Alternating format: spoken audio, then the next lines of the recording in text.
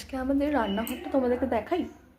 এই যে আসলে এই এই বাড়িটা হচ্ছে অনেক মানে আগেকার বাড়ি, ঠিক আছে। এটা অ্যাকচুয়ালি ছিল ঠাকুর ঘর। ঠাকুর ঘরের জন্য এইখানটা এরকম থাম করা আছে, পরে এটা রান্নাঘর হয়ে গেছে। তো দেখো এখানে সব বড় বড় বাসন আছে।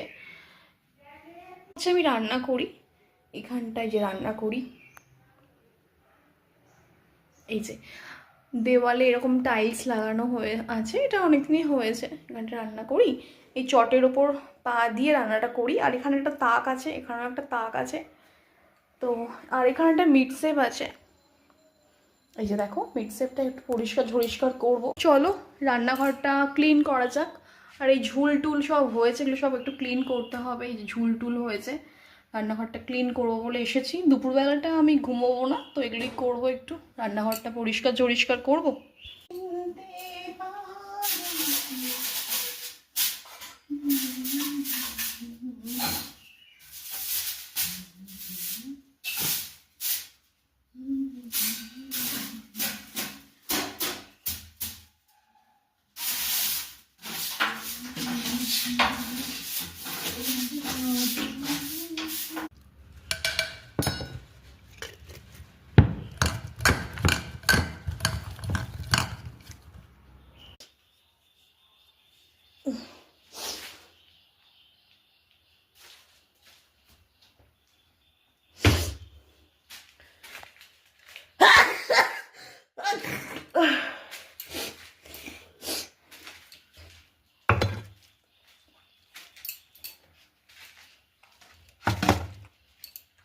হলো, রান্নাঘর আমার গোছানো হয়ে গেছে, মোটামুটি ঝুল ঝাড়া আর একটু ঠিকঠাক করা হয়ে গেছে। আমার রান্নাঘর সত্যি কথা বলতে অতটাও ভালো না, অতটাও সুন্দর না। ওই যে বলেছিলাম, আমার যেটুকু যা আছে সেটার মধ্যে আমি সুন্দর করে সাজিয়ে রাখতে ভালোবাসি। তো দেখাই তোমাদেরকে, চলো। এখানটা এই যে একটুখানি জাস্ট একটু ওই ঝুল টুলগুলো ঝাড়লাম।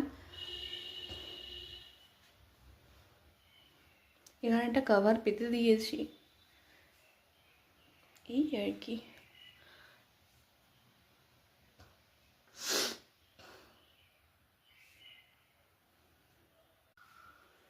এখানটাও পরিষ্কার পরিচ্ছন্ন করে নিয়েছি।